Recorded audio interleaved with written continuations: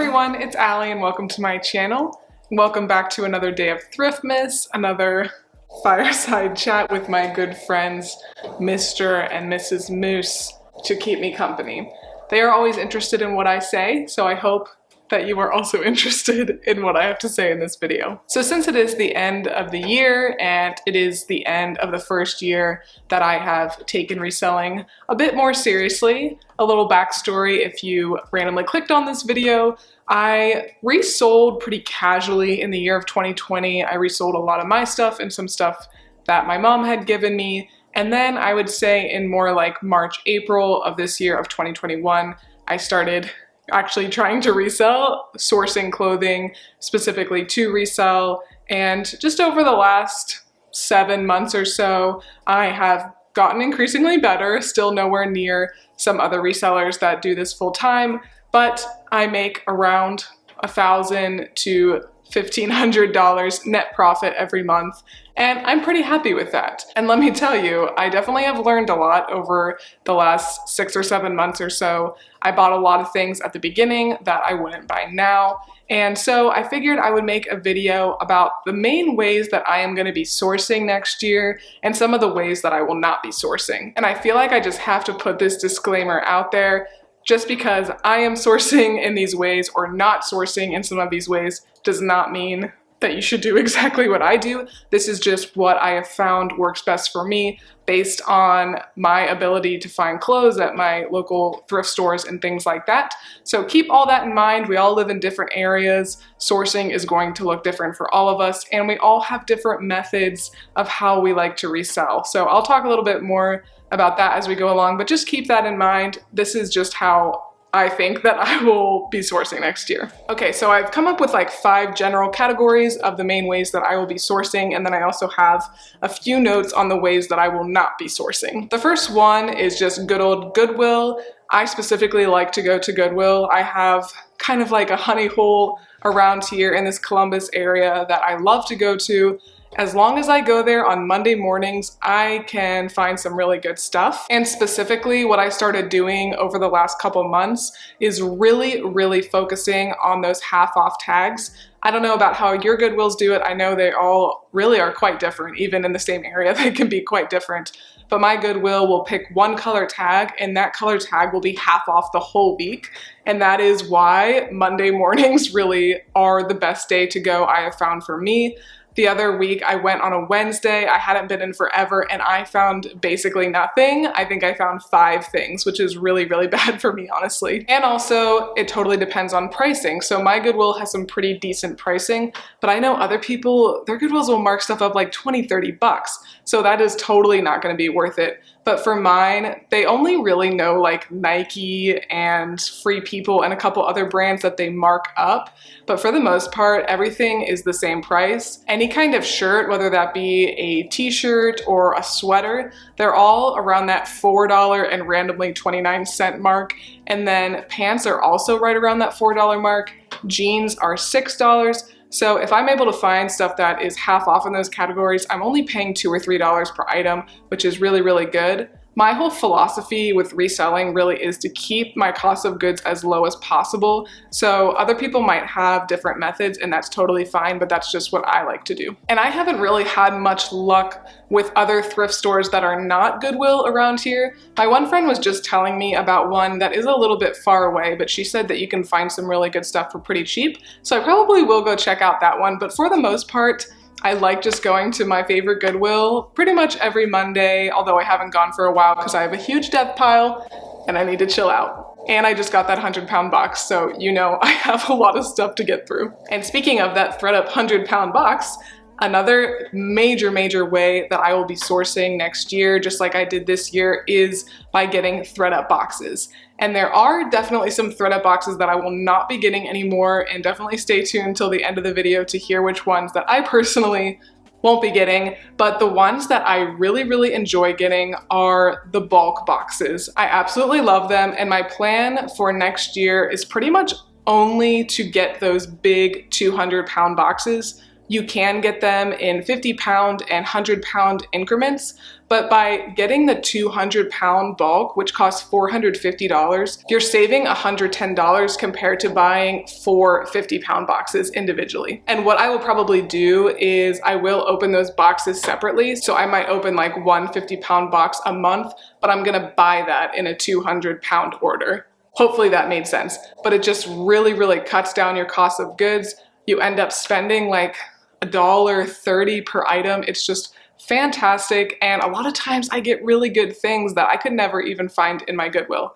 Of course you're gonna get a lot of junk. Of course not every box is gonna be good, but I've done 2 different 100-pound orders and a 50-pound order, and even though not all of them were fantastic, I have made money on all of those boxes. So I absolutely love the bulk Thredup boxes. Another type of box that I plan on getting from Thredup is the men's boxes, and the big reason for that is, at least at my local Goodwill, I'm not really able to find that much good guy stuff, and the Thredup men's boxes are pricier than the women's bulk boxes, but you can get really good stuff because if you didn't know, Thredup does not accept men's clothing, so any men's item they get is automatically going to go in those boxes, and a lot of people will send in really good guy stuff because they think they're gonna get money for it. And unfortunately, they just didn't realize that Thredup doesn't take men's. So yeah, like I said, the men's bulk boxes are more expensive than the women's, but you're more likely to get good items in the men's. So I definitely think it's worth it, especially if you, like me, are not really able to get a lot of good men's stuff in your thrift stores. And I have heard this from several people, and I would pretty much have to agree that men on Poshmark, especially, that's the platform that I sell on, men are much more likely to just buy an item or at least send you a really fair offer. I don't know what it is about the women on Poshmark, but they love to lowball you. They love to send you some really crappy offers, and I hardly ever get things just bought outright because a lot of women on Poshmark know that you can haggle, and pretty much everyone selling on there will accept less than things are listed for. So I really like my male buyers. I've never had an issue from a male buyer, and I would definitely like to sell more men's stuff in this new year. I also don't mind the denim box. I know that's kind of an unpopular opinion, and I've only bought one, but I made a lot of money off of that box, I'm not gonna lie, and I didn't think it was that good. Pretty much everything had some kind of flaw, but people were still willing to pay for it. And with that box too, you end up with a really low cost of goods compared to other boxes. So those are the 3 main Thredup boxes that I'll be buying: the women's bulk, the men's either bulk or their smaller box, and the denim box. Me editing, I also totally forgot about the Thredup T-Shirt Box. I just got my first one. Spoiler, I will be opening another one with my little brother during this Thriftmas month. This is going to be one of my new favorite boxes. I really like the T-shirt box. It's super reasonably priced, and at least in my first box I got a lot of good stuff, and it seems like people usually do decently okay with them. You probably won't see me buy any other Thredup boxes next year, although they do come out with new ones all the time. So if there is a new one that seems very intriguing, of course, I'm gonna try it out because I have to, okay? I also really want to try their fun box, but freaking Clarissa is always taking the fun boxes. So maybe one time she'll let me snag one and I'll be able to open a fun box, but I have never been able to get one of those. But I would like to try it because those boxes are very random, but they could be really good. Okay, the third way that I plan on sourcing next year is from Plato's Closet. And I know what you're thinking, Plato's Closet is not that cheap, but actually, at least at mine, I could find some pretty good stuff for like $4 and $5. So if you could find some like new with tags, pretty good label items, or even just good material, I think it's worth checking out every once in a while. And my Plato's Closet had a $1 sale this year. I think it was around May. And I thought that they were gonna do another one around November, so I was really excited for that, but then they never did it.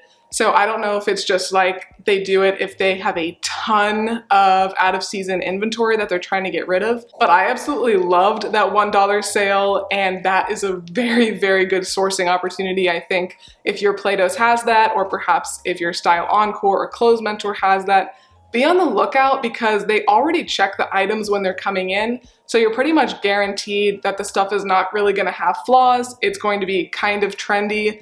They say they only take things that are like a year or two old. That's definitely not the case, but you can find some of those kind of trendier pieces that might move a little faster. And if you can get them for $1, I mean, amazing. So I would say just look out for sales at some of those buy sell trade stores because you can really get a good deal at different times throughout the year, I think. The fourth way that I will be sourcing is garage sales, rummage sales, things like that. I should have been a lot better about looking for that kind of stuff this year. I really only went to one garage sale, but oh my gosh, you guys, it was like one of the best sourcing opportunities I had all year. I went to this garage sale right in my neighborhood and this woman was selling a bunch of Lululemon stuff that was like $4 and $5. And I think I bought like 12 bras at $4 each and I sold all of them for $20 to $30. So I made a really, really good profit off of that experience. I don't know about you, but I can never ever find Lululemon in my thrift stores, and I think I found it one time in a Thredup box and it was like a really old piece. So that was a really great opportunity for me, and I've heard of a lot of people finding good stuff at garage sales and like church rummage sales, things like that. Also Facebook Marketplace. I did buy one order off of Facebook Marketplace. It didn't really go that well. I did make a video about that, but I think that there are really a ton of good opportunities on Marketplace, especially if you live in a pretty populated area. People just trying to get rid of stuff, they want to get anything for it, and they don't want to take the hassle of selling it themselves. And then the final major way that I will be getting inventory next year is from my own closet. I think it's great to go through your closet every couple months or so and just sell anything that you're not interested in. And the great thing about having a Poshmark closet or eBay closet or whatever is that you can borrow clothes from your inventory. So say I wanted to film a video or something in a very specific outfit, I could just borrow it from my inventory and then put it right back where I got it. And then going along with the whole general idea of my closet, I would also say just anything my family or friends want to give me, just things in that realm, you know, where maybe someone in your family or a friend, they want to give you something. I would put all of that in that category. Basically the category where people just give you stuff for free.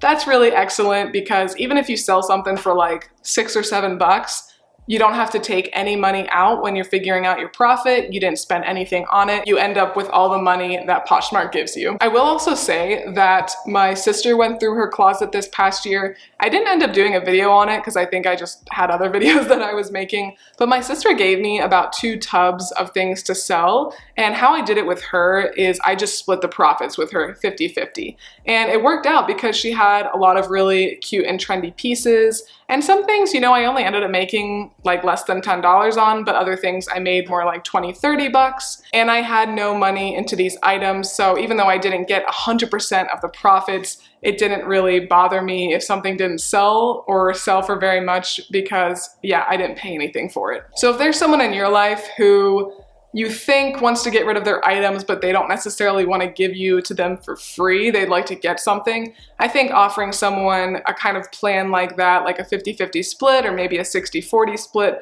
something like that that makes them feel good that they're getting some money, but you're also getting some money, that can work out really well, I think. Okay, so those are the main ways that I will be sourcing.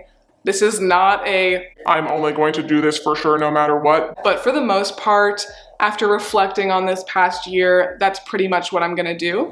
And now I will talk just really briefly about some of the ways that I specifically will not be sourcing. And again, this is just what I've noticed for me has not worked out very well. This could be totally different for you, and I know that it is very different for many people. Okay, so you guys know I love ThredUp, and I told you about the ways that I will be buying from ThredUp next year, but there are definitely some boxes that I've purchased in the past that I personally will not be getting again, and of course I'll tell you why for each box. And there are a solid handful of boxes from ThredUp that I have never purchased because I just wasn't really interested in them, so I can't really speak on them too much. I'll just talk about the ones that I have bought. Number one, and the biggest of all, is handbags. Whew, you guys. I think the handbag thing is super interesting because I bought the one box, it was like designer handbags, and the stuff I got was good. Like I got Kate Spade, I got Dooney and Burke, But you guys, I can't sell it. It's not been selling for me. I think I've sold maybe 3 or 4 purses total in the whole time I've had Poshmark. They just do not move for me. I don't know what's going on with that, but I will pretty much never pick up a purse again, I think, unless I can get something for crazy cheap or it's like super unique vintage or something like that. But the cost of goods for that ThredUp designer handbag box was like $20 an item.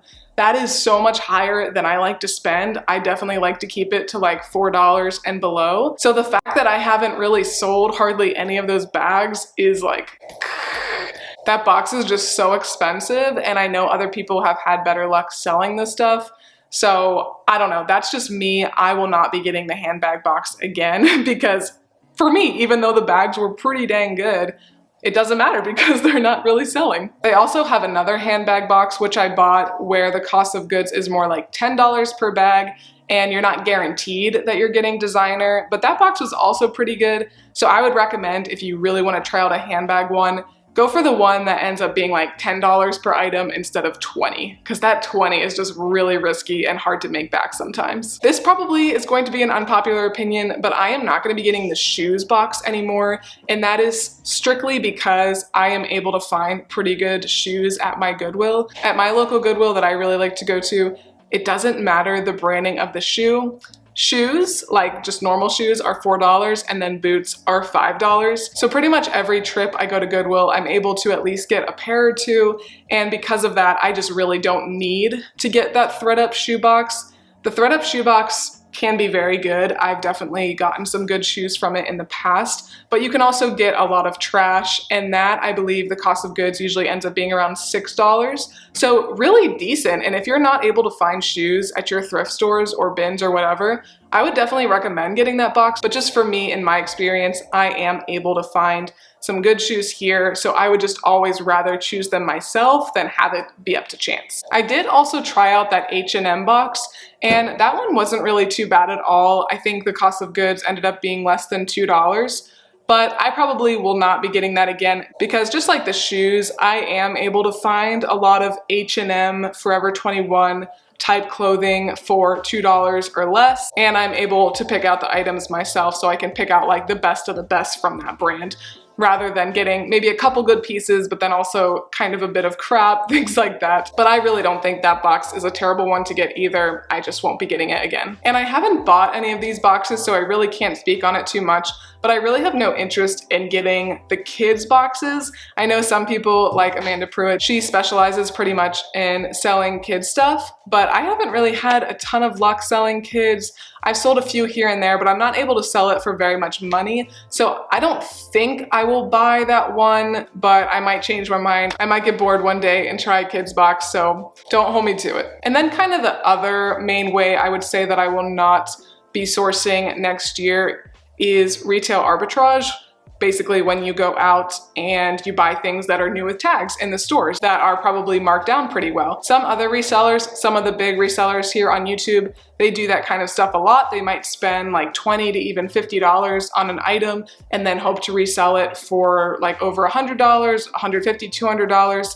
That is totally great and it works out well, obviously, for people. I just personally like to keep my cost of goods as low as possible. That's just my personal preference, and just again, there are so many different ways to be a reseller. It's not a one size fits all. You don't have to do what other people are doing. Just kind of figure out what you like, what works for you, and go with it. But hopefully this video was helpful to you in some way. Let me know down below your favorite ways to sell. What's something that you learned over this past year that you wouldn't do again? I definitely am still learning so much. Next year will be another big growing year for me, but I'm excited to maximize my profits, just get a little bit smarter about what to pick up, what not to pick up, what sells, what doesn't sell for me, because it is different for everybody. And I'm really excited to go into another year of reselling. This has been so much fun. I love so many things about it. I made a whole video about the pros and cons of part-time reselling, which I'll link up here so you can check it out if you haven't already. But I've just really enjoyed sharing my experiences with you guys, sharing my failures, sharing my successes. And yeah, I hope that these videos are helpful to you in any way. But if you did like the video, please make sure to give me a big thumbs up and subscribe. It really does help my channel out quite a lot. Thanks again, and I will see you tomorrow. Bye.